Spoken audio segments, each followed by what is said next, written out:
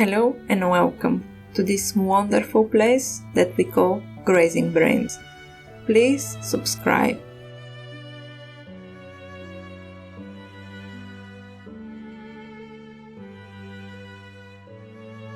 Nars Universe, Chapter 2, Just Us. The first thing that Dani felt was the warm sand under her. The air around her was mildly chilly as she was under the shade. Winter was coming, so the cold air made sense. She could hear the water flowing down the river. A frog started singing somewhere in the distance. Dani knew that she should walk up and sooner rather than later, but she wasn't sure where she needed to go. The thoughts in her head were all over the place. Sometimes they make sense, like the image that she had in her head about the river bench and the enjoyable hours she had spent swimming at this place. She knew where she was and who she was. She was Dani. She loved to be alone most of the time. She loved celebrating holidays. She danced and sang all night during First Atom's Moon celebration. One of those nights she ate so much bread and cheese that her belly almost burst. She loved spending time outside during the summer days and disliked the short and dark winter days. She hated house chores and catering after everyone else. The problem was that she did not remember who everyone else was. She remembered lying down on her bed one day, feeling tired and cold, oh so cold. She remembered that the village druid had came. She could not remember his name, but she didn't care much about it. She could see him above her bed talking with someone, saying that nothing could be done, that the gods were calling her. Was he talking about her? It cannot be. She was here, laying on the river bank.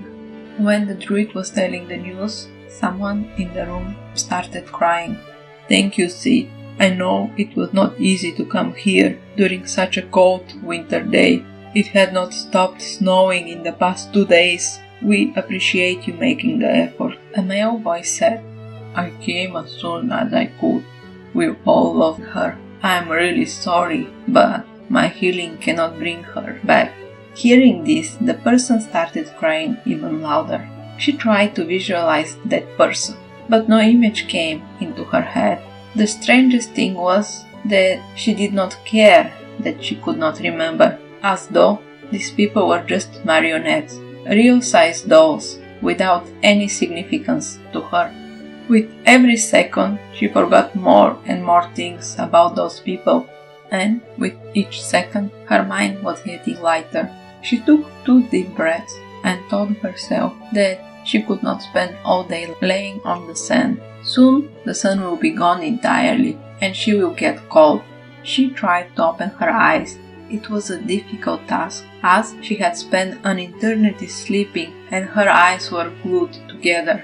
Her body was tired and slow to execute the commands her brain was trying to give. Something was not right and her heart started beating faster. The fear took over her body, and all her instincts told her that she needed to open her eyes. Her brain told her that she was asleep, and the moment she woke up, everything would be fine. She managed to open one of her eyes slightly. Seeing the green canopy of the trees above her relaxed her and eased a big part of her fear. Soon after, she was sitting on the sand and the river bank she knew so well. Her legs and arms felt a little bit dormant, but her mind was getting clear. She knew something was wrong, but she couldn't guess what it was. It smelled like spring. A mix of pine trees and rosemary aroma was filling her nose. The water was slowly flowing down the river at a peaceful pace. Another frog started singing somewhere on the other side of the river, joining the first one. She was at her favorite place in the world, and yet something in her mind was warning her that something was not quite right. She tried to get up on her feet and get some water. The fresh water would give her enough strength to go home. The first 2 attempts to stand up failed.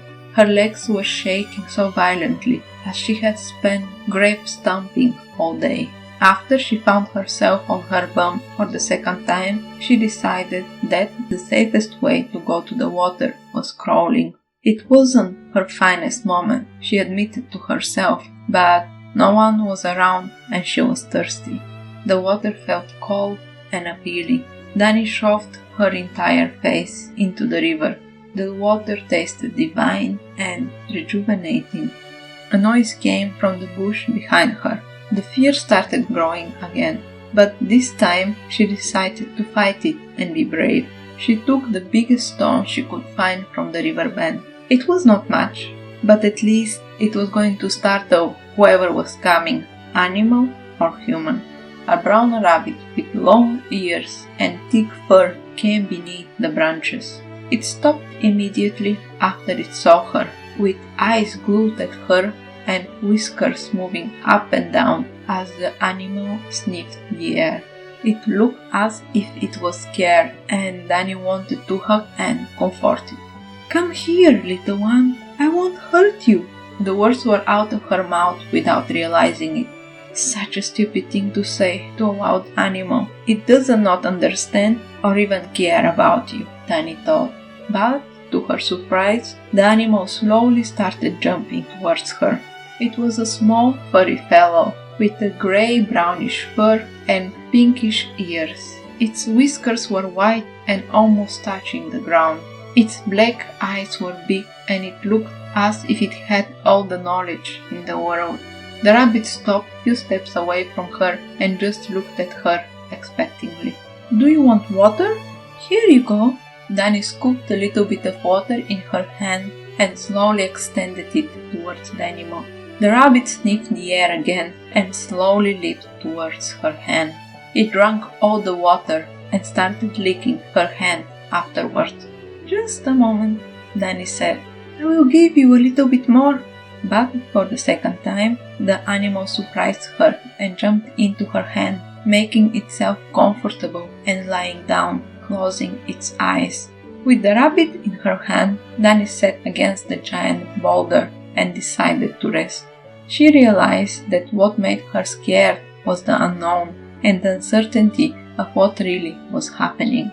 Dani knew that she was not supposed to be there, that she was wanted and needed somewhere else, but she could not remember where that was. She sighed audibly, making the rabbit look at her and sniff the air again. "Oh, I'm sorry, little one. I'm just overwhelmed and a little bit scared. The worst part of this situation is that I don't even know why I feel like this. I know that I'm safe here, and yet I cannot shake this feeling that I do not belong here." "Why do you think so?" asked the rabbit in a deep voice. "Does not safety mean home?" Dani turned around to see if another human was there. It could not have been the rabbit talking, and yet the sounds were coming out of the animal. "So?" it asked. "You have not answered my question," looking deep into her eyes. I don't know." She tried to speak, but the talking rabbit was too much for her. Maybe she had some of the weird mushrooms that were growing in the forest. They could make people see and hear things that did not exist, making the person happy and lost in their minds. But how did she knew about them? This type of information was never given to young girls. This type of information, together with the healing and remedies, was prohibited for the girls to know. Knowing it would make them witches, and no one wanted a witch in their family. "How do I know about the mushrooms and healing?" finally managed to mumble Dani. "I'm still waiting for your answer. I asked a question first," was the rabbit's response, ignoring her distress. He was still in her hand, looking up at her with enormous eyes.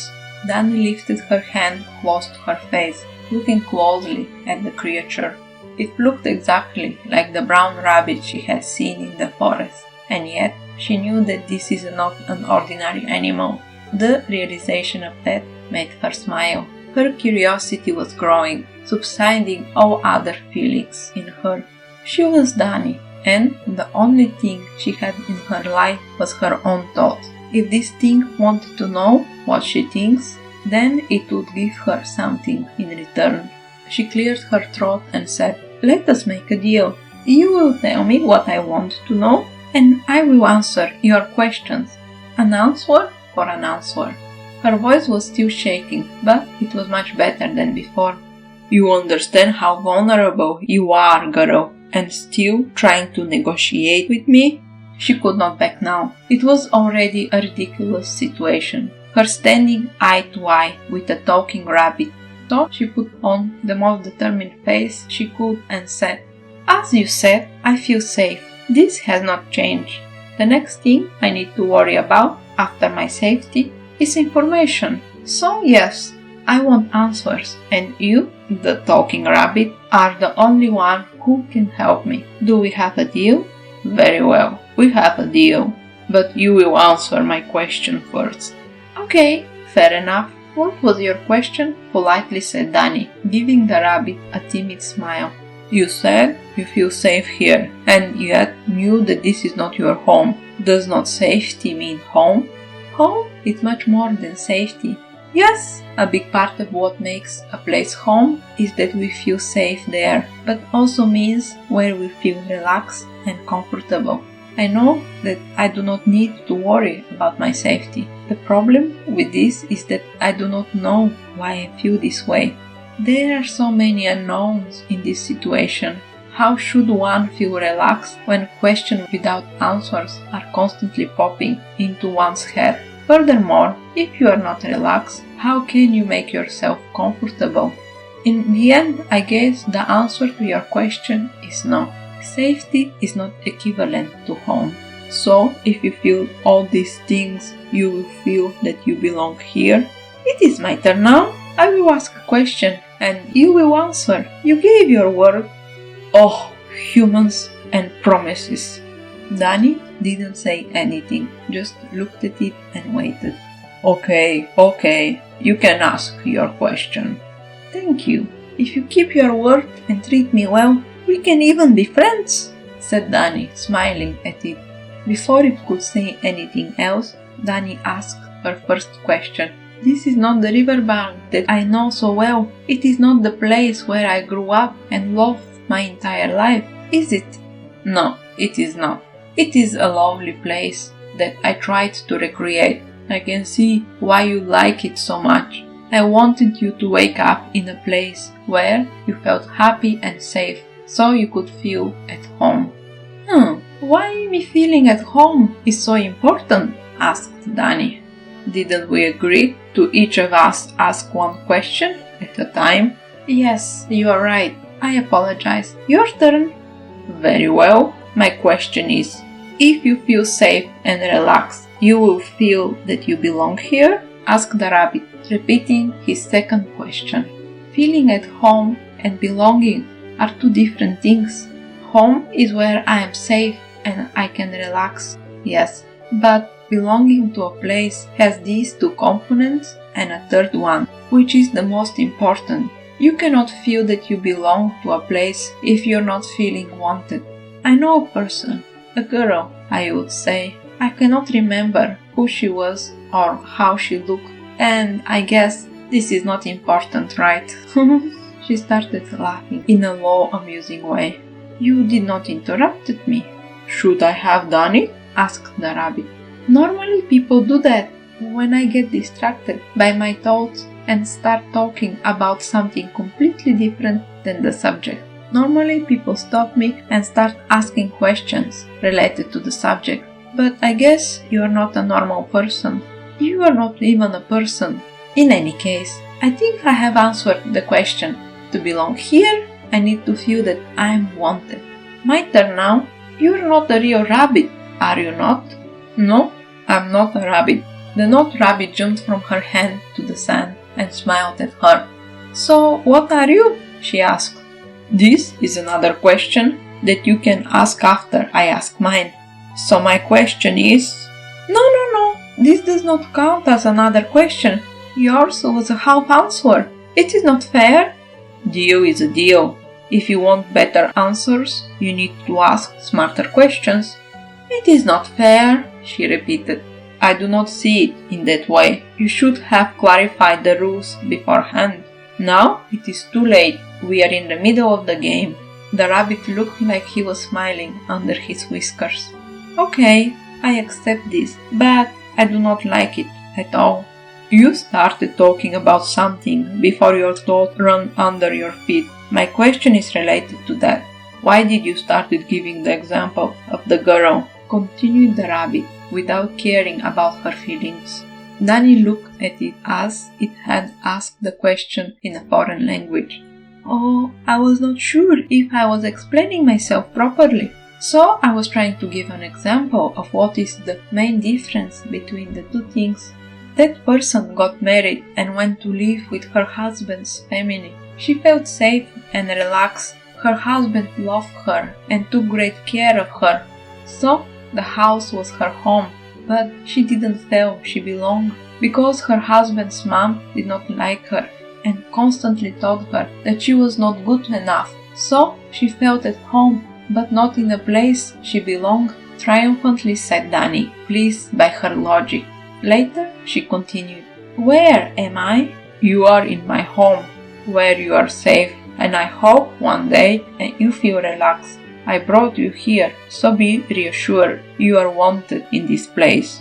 How bizarre that a talking rabbit that is not a real rabbit brought her here. Here was a place that it created and was calling its home. None of its answers made sense, and it even called her stupid. It is not fair that she had not known what questions to ask to make him talk. She noticed that the bottom part of her dress was in the river. She was going to be cold and wet soon when the sun was down. She removed the rest from the water and tried to squeeze the excess water, but to her surprise, the dress was not wet. She touched the water. It was wet enough. She looked around. The rabbit was still in the same place on the sun, unnaturally motionless. There was a slight breeze, but the leaves of the trees were not moving at all. The tree's shadow that was touching the water had been in the same place since she woke up. She had so many questions in her head and so much more new information. She remembered who she was, but not much of her life or the people around her. Nothing was making sense, and at the same time, everything was making sense. This place was beautiful. Everything belonged. All plants had vibrant green color. Even the grass did not have any brown leaves. The light was not too bright for her eyes. The sand was soft, almost bed-like, and the air was the perfect temperature for her to feel comfortable with her clothes. Not too hot, not too cold. Everything was perfect. It was like heaven. The next question came out of her mouth without her realizing it. And yet Dani knew that was the perfect question, and she already knew the answer. The insolence of the girl making a deal with him. How dare she, a mere human? What impudent girl! Not only did not know who Nar was, but tried to play games. Nar, the god of wildness, the god of everything that is wild and untamed, started to like her. There was no animal in the all 10 realms that had not felt Nar's power and fury. Soon after, the humans started to use their brains for more than controlling their instincts. They started feeling the untamed power of the wildness in their hearts and started worshipping that feeling. Millennia after human brains started thinking about art and music that was more than their basic instinct for looking for shelter, filling the hole in their stomach, and controlling their instinct of procreation. The humans still knew who the god of wildness was. Kings had sacrificed animals in their name and asked for their blessing on a good hunt. Entire villages had asked them to lessen the will of the deer and bison to live so the human could catch the animal quicker and not starve during particularly long winters. After millennia, Nar started to get bored with the human and their constant needs and complaints. As they started to multiply fast in the third realm, Nar started to take longer and longer naps. After long naps, Nar would wake up and see the new gods around, popping up here and there. The newcomers were always excited about the humans and always wanted more and more followers and worshippers. But Nar had enough and started ignoring the humans completely. Soon after the humans stopped having answers and favors from the god of the wildness, they moved to others, more benevolent gods. Generations had passed, and the only evidence that Nar once upon a time existed was the half-buried stone altars here and there. Nar was okay with this. Then, one day, the god of the wildness was awakened from its marvelous dreamy state by a stone given by this girl. It was a pathetic gift, and yet curiosity and the will to be awakened started burning Nar and make their existence interesting again. This is how they were in this ridiculous situation. A human proposing a deal to one of the oldest gods in the 10 realms. Nar was having so much fun. So the god of the wildness answered all Dani's questions and patiently waited for their turn to ask questions. Dani was a smart and amusing being. Some of the minor gods had less general sense than her. Nar was having so much fun. And then, sooner than Nar expected, she asked that simple question which took them by surprise. "I am dead, am I?" asked Dani. End of chapter 2.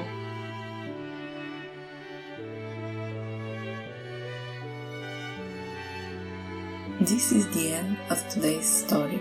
I hope that these past minutes helped you relax and ease you in falling asleep.